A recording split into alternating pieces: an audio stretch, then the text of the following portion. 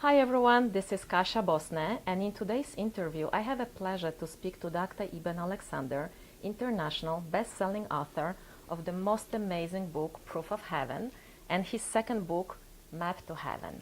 I'm going to ask him about his extraordinary journey of near-death experience, and I will ask him to take us straight to heaven. So buckle up, because we're going right there. Dr. Alexander, thank you so much for making this all possible. My pleasure. Good to be here. Thank you. I spoke to heaven before you arrived that your plane will be on time, and I guess someone up there listened to me, and here we are. So how are you? I'm doing great. It's good to be back up here. So it's so fantastic to have you here. Your story, your extraordinary story, touched millions of people all over the world. Can you take me back to those days, to this day that changed everything for you, to people who don't know you, who never heard your story? Can you share it? Yeah, I think it's important to point out I had spent more than 20 years in academic neurosurgery, 15 years Harvard Medical School, thought I had a good idea of how brain, mind, consciousness worked. And then at 4:30 in the morning, November 10th of 2008, I woke up with severe back pain, soon realized I had severe headache. Within 3.5 hours was being driven deep into coma with grand mal seizures due to a rapidly progressive and very aggressive bacterial meningitis. It turns out I was gone from this world for the next 7 days. And in fact, all of that training before my coma would have told me that with my illness, especially with the destruction of my neocortex, which my doctors witnessed very well through the neurologic exams, through my scans, they realized that my neocortex, the human part of the brain, was being devastated by this bacterial meningitis. And so it should have gotten rid of all but the most rudimentary of any kind of experience, according to our modern views, neuroscientific views of the brain and the neocortex, the part that makes us human, the outer part of the brain. That's the part that's most specifically attacked by bacterial meningitis, which really makes that kind of severe meningitis a perfect model for human death. Now it turns out that totally shocking to my prior self and to the belief of brain creates consciousness was what happened deep in coma. And what I remembered began in what I call the earthworm eye view, a very primitive, coarse, unresponsive realm, like being underground or in dirty jello, that seemed to go on for a very long time.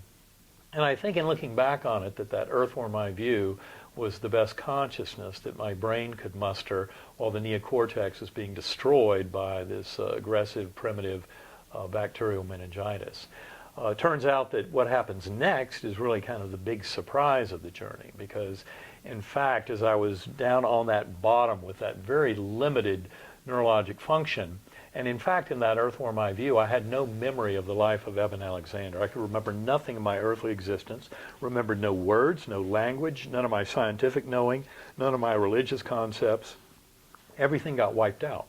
And initially, when I came back to this world and was trying to understand it all, I thought, well, that makes sense that I would remember nothing of my life because my whole neocortex was destroyed. My doctors knew that very well from my exams. In fact, to this day, by the end of the week, I was down to a 2% chance of survival, no chance of recovery. And so that's why so much of this has been a deep mystery that demanded my attention and trying to understand it all. Now, it turns out that I was rescued from that earthworm eye view by this slowly spinning white light and a perfect musical melody that took me up into that beautiful, idyllic, ultra-real Gateway Valley that I discuss in a lot of detail in Proof of Heaven. And in that valley were many Earth-like features, beautiful flowers, waterfalls, pools of water, butterflies, beautiful girl on butterfly wing, many souls dancing below us, but also some unearthly features like up above, these swooping orbs of pure spiritual beings that emanated incredible chants and hymns and anthems. When I came back, I described all those celestial beings that were emanating these beautiful hymns as angelic choirs. I mean, that's what makes the most sense. That ultra-real valley was the real challenge to explain. It had the Earth-like features, but it was far more real than this world.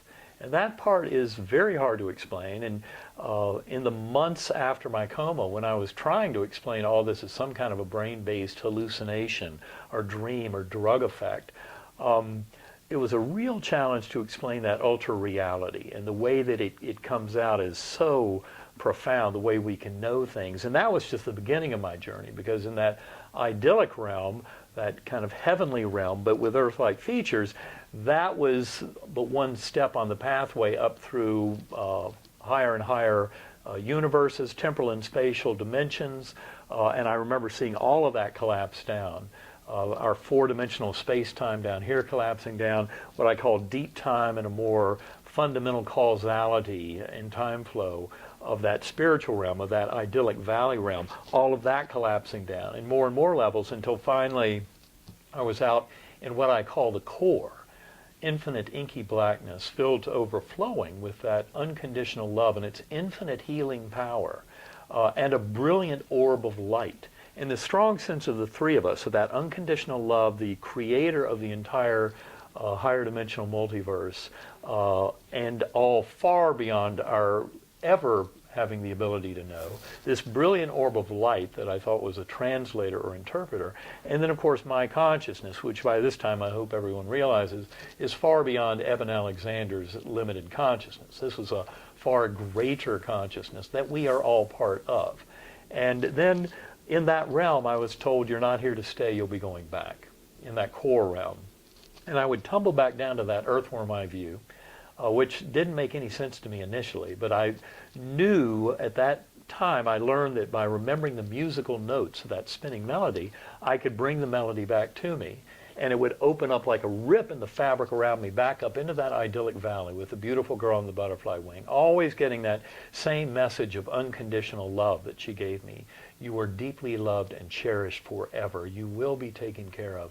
You have nothing to fear. So with this extraordinary story, you probably can imagine how much controversy it met. You probably had so many skeptics, people who question your sanity, people who needed more proofs, like opening your medical records, people who said you were hallucinating. Right. How do you respond to that? Well, it turns out that I had a lot of help in writing Proof of Heaven. I had many, many friends, and that includes colleagues, that includes skeptics, hardcore, open-minded skeptics, which I would say are the most valuable resource we have in this discussion. But I'm talking about open-minded skeptics who will take all of the information and then try to put it together into a system that works. And there are a lot of scientists out there who get this, those who study consciousness and realize very deeply that the physicalist model that brain creates consciousness fails miserably. It is coming to an end. It is too simplistic and doesn't offer up anything to explain the observations about day-to-day consciousness or about what one might call rogue phenomena, like near-death experiences, shared death experiences, after-death communications, deathbed visions, out-of-body experiences, remote viewing, past life memories in children as evidence of reincarnation. I mean, there are tremendous there's a tremendous amount of information out there about non-local consciousness, about all these phenomena that suggest that the brain does not create consciousness at all. Of course, the brain and consciousness are tightly linked, but the mistake is in thinking that the brain creates it. And what all of these observations suggest, and that includes the day-to-day observations around consciousness itself, just in a moment-to-moment function, is that consciousness is non-local and that it is fundamental. This is part of where, as I said earlier, the enigma around quantum mechanics really has the most facile solution is through acknowledging that consciousness is fundamental in the universe. And that's where the science is headed around all of this. So my point is that I had a tremendous number of helpers in terms of colleagues deeply interested in consciousness helping me to wrestle with this, initially trying to explain my experiences of brain-based hallucination, dream, drug effect, or what have you.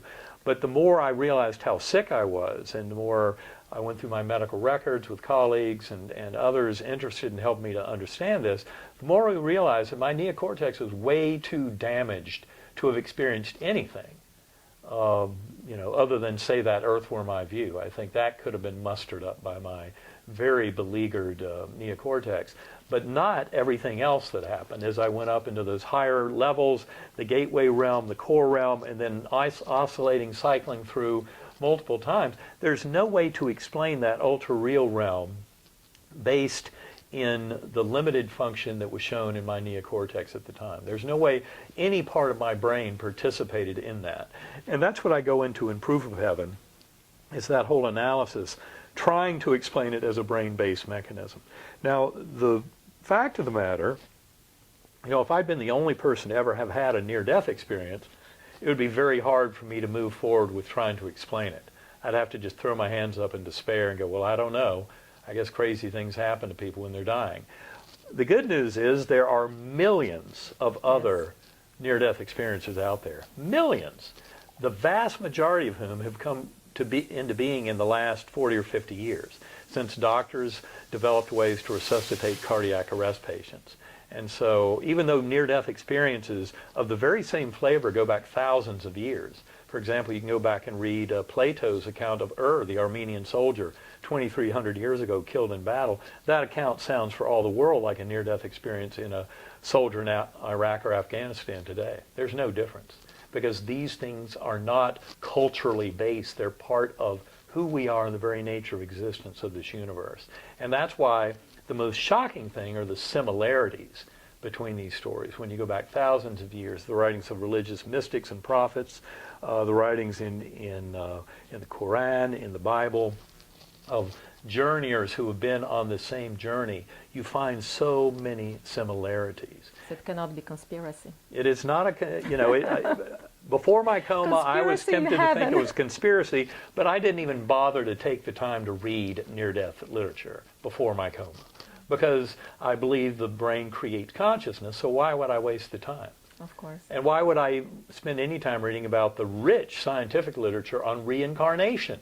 More than 2,500 cases, past life memories in children at the University of Virginia alone that cannot be explained by any means other than reincarnation. Did I spend time reading that? No, because I knew it was impossible. Well, when you actually, stick to your story. When you start reading the literature and getting into this, you start realizing that all the evidence suggests that all this is real. Actually, that that consciousness is fundamental, that our soul or spirit is eternal. That's where all the evidence points, and yet it upends our conventional science. Our current science is very simplistic. Materialist science, that reductive materialism, really offers nothing at all about the nature of consciousness. In fact, that science tries to say there's no such thing as consciousness, that it's simply an illusion, that none of us have free will or consciousness, so you can forget about it. Projection. And the reason they think that is they think that it's all just the whirling of subatomic particles, atoms, molecules in the brain that are all following natural laws, so they give us an illusion of consciousness. Well, that's what I believed before my coma. I now know that's absolutely false.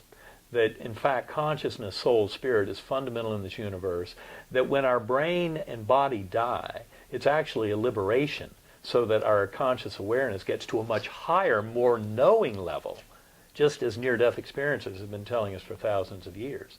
And yet that, that is something that our modern scientific viewpoint is just now beginning to realize it needs to address. And for those out there who think that, that saying that the brain,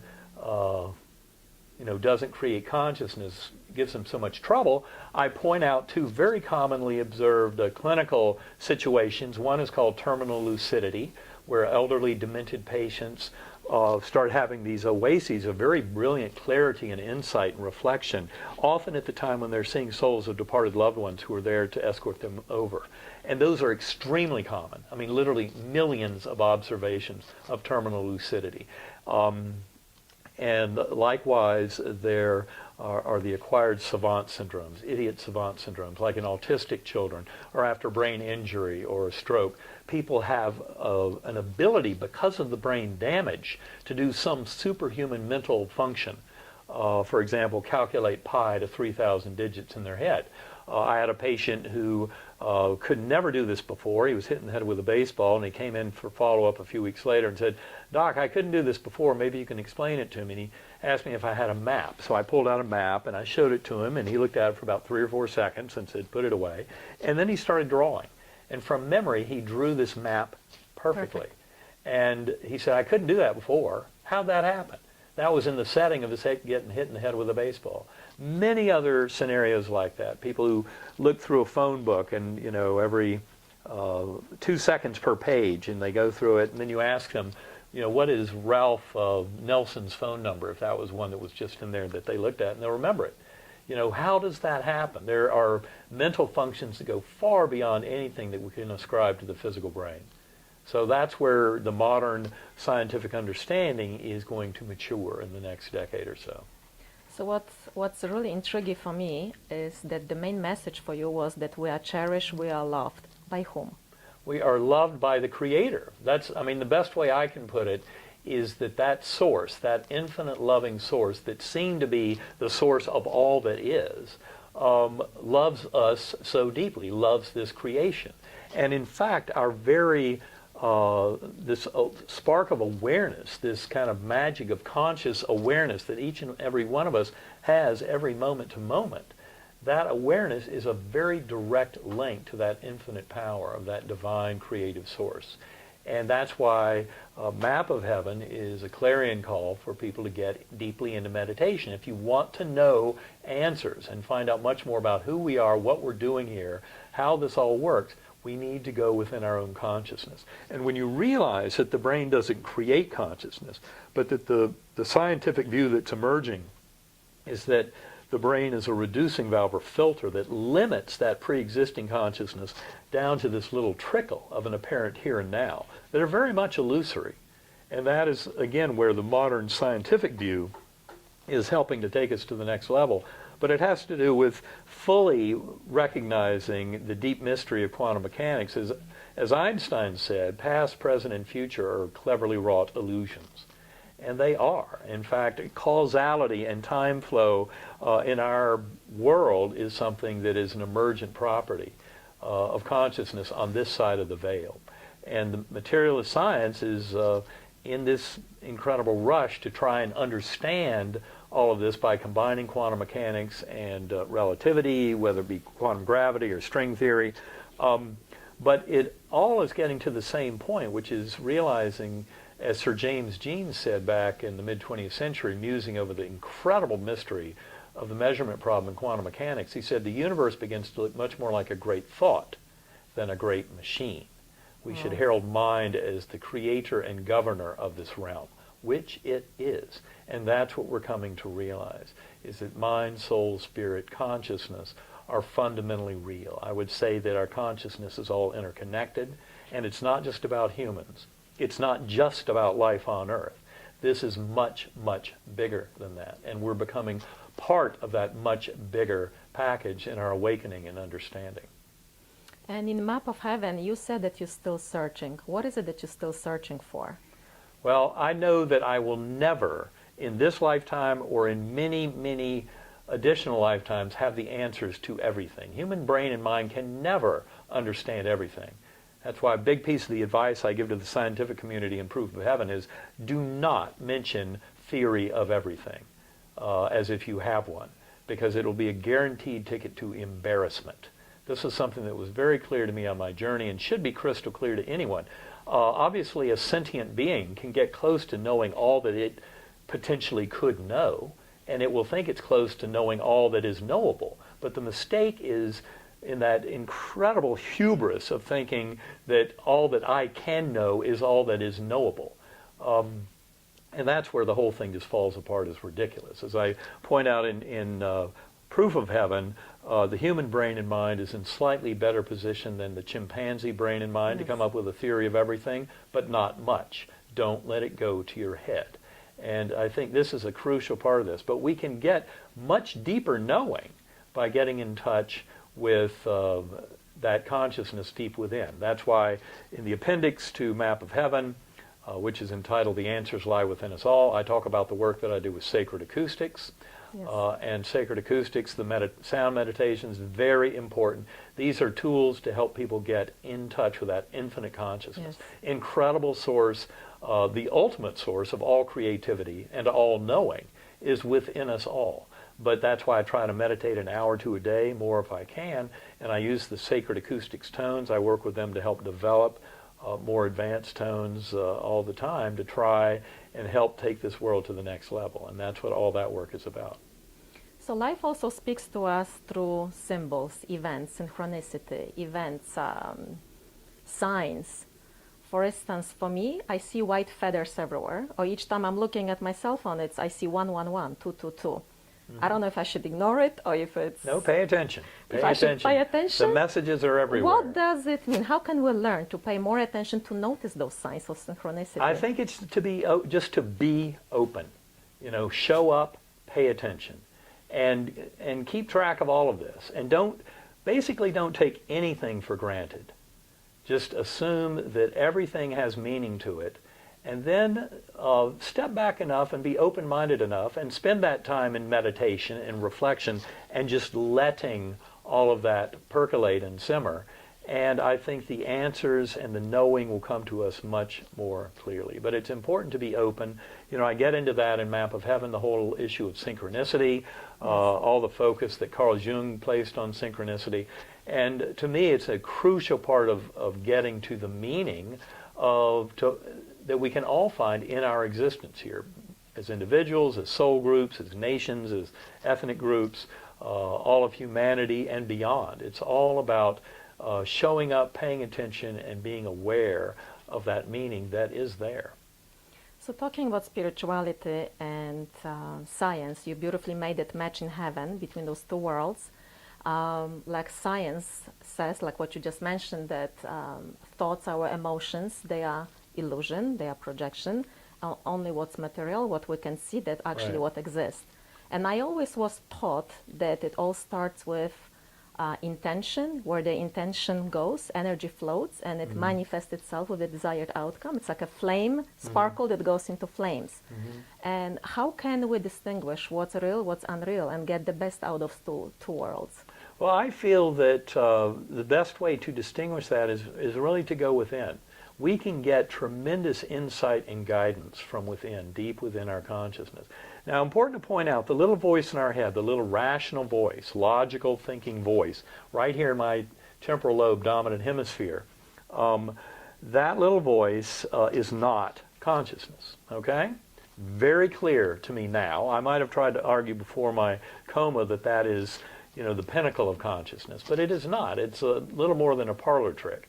In fact, when I go deep into meditation, the first thing I do is I let that little voice state an intention, make a request, offer up some gratitude, and then it goes into timeout, because there is far greater wisdom within that infinite consciousness.